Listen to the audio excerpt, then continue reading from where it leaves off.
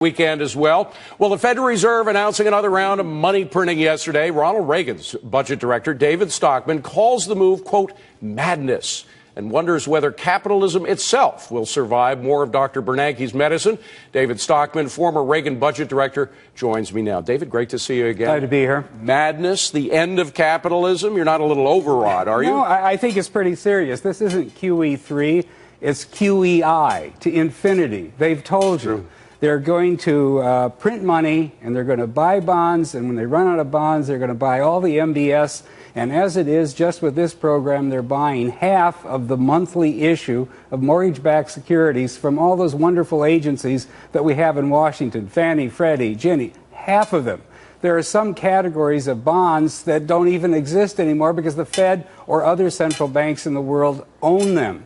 So what this is the beginning, or maybe the beginning of the end, of the destruction of financial markets. Interest rates don't, well, interest rates don't mean anything. When the Fed holds the overnight rate to 0 through 215, 6 years of zero interest rates, when it manages, mangles, and manipulates the yield curve, what signal, what pricing information does that give to financial markets when it's clearly being administered and manipulated by the Fed? By the way, Ben Bernanke is going to be meeting with Senate finance leaders on Monday from both parties. It does kind of sound reminiscent of September 2008 when the financial crisis was happening. Do you think that we are that close to things exploding? I think it's more a case of the cat calling the kettle black. What is Bernanke doing up on the Hill talking to them about the fiscal problem? He is the primary creator of it. So when everybody's talking about the fiscal cliff, we should be talking about the monetary cliff. But also he has driven interest rates so low that for the first 5 years of the Treasury yield curve, you can borrow under 70 basis points. You can borrow 3 years at 35. To Congress, to Capitol Hill, that's the equivalent of zero. It's free money. Why should they bite the bullet? Make tough choices. So like somebody giving an alcoholic a drink, he's enabling Congress to spend more money. He's coming up to the Hill in order to pass out more drinks. Okay. Well, his duty, he has two duties. Right. One is to maintain the value of the currency. Obviously, the value of the dollars has fallen tremendously. It hasn't shown itself up as inflation quite yet, but the devaluation is clear. But he's also supposed to keep unemployment down, and unemployment is not down. How is this going to affect the real economy?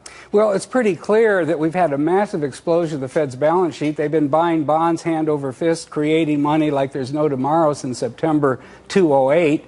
And the unemployment is still very high. If we measured it honestly, it would be more than 11% if you don't count the millions that have dropped out of the workforce. So this isn't working. It is simply putting money into the financial system, fueling Wall Street speculation. After all, you get free money to put into your carry trade and you buy anything with a yield. And it is not helping Main Street or the real economy. I agree with you on most of these things, so I'm going to try to reach for some kind of explanation for Bernanke.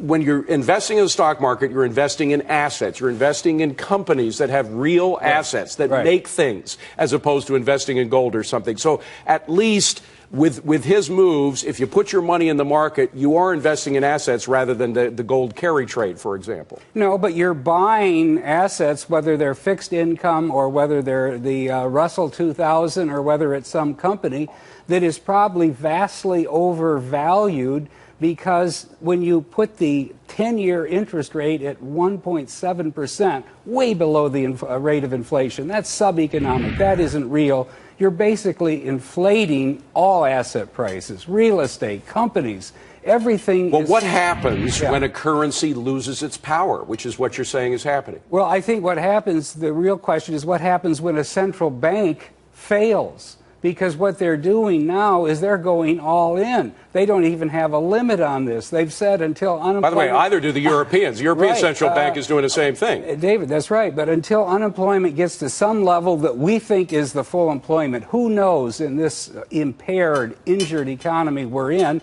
we're going to keep buying hand over fist. If we run out of bonds and mortgage-backed securities, we'll buy the Russell 2000. And if we run out of that, we'll buy moonbeams and, monetize those. So I think we have a central bank that is out of control. We have a central bank that has basically declared itself the monetary politburo of the whole U.S. economy. It's almost an economic coup d'etat. That's where we are. Ronald Reagan did believe in a strong dollar, right? He certainly did. And he didn't believe in money printing, and he didn't believe in the kind of craziness that's on the Federal Reserve. He had Paul Board today. Volcker as the Fed chief, That's not Ben Bernanke. Heck of a difference. Good to see you, David. Thank you very much. Have a good weekend. If you can get any sleep based on all